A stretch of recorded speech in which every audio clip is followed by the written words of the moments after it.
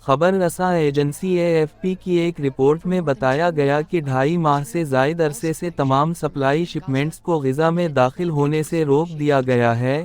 Hamas کے ساتھ تعطل کے سود کے مذاکرات میں ایندھن کی دوائیوں کے پانی یا خوراک کے بغیر قحط کی تلاش کے خوف سے پٹی میں داخل ہونے کی اجازت نہیں ہے۔ لیکن وسیع پیمانے پر مذمت اور بڑھتے ہوئے دباؤ کے بعد اسرائیل نے امداد کو علاقے میں واپس جانے کی اجازت دینا شروع کر دی ہے۔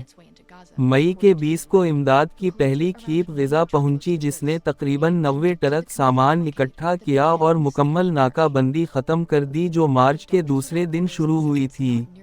لیکن سرحدوں کے بغیر ڈاکٹروں کا کہنا ہے کہ یہ 2.4 ملین کی آبادی کے لیے کافی نہیں ہے۔ اسے بیان کرنا مضحکہ خیز حد تک ناکافی ہے اور یہ دکھاوا کرنے کے لیے کہ وہ ختم ہو چکا ہے۔ جنگ سے پہلے ایک کم گنتی کے مطابق روزانہ اوسطاً 500 ٹرک غزہ میں داخل ہوتے تھے۔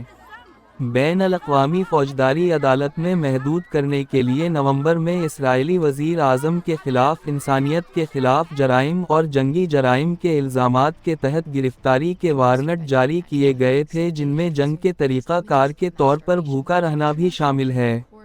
فلسطینی عوام کا کہنا ہے کہ ان کی کفالت بند کریں، انہیں رہنے کی اجازت دیں، انہیں مسائل سے نجات دلائیں اور عارضی رہائش فراہم کریں تاکہ ہم اپنے ملک کو دوبارہ تعمیر کر سکیں۔ یہ ہے ریڈیو جیوے پاکستان ڈیجیٹل۔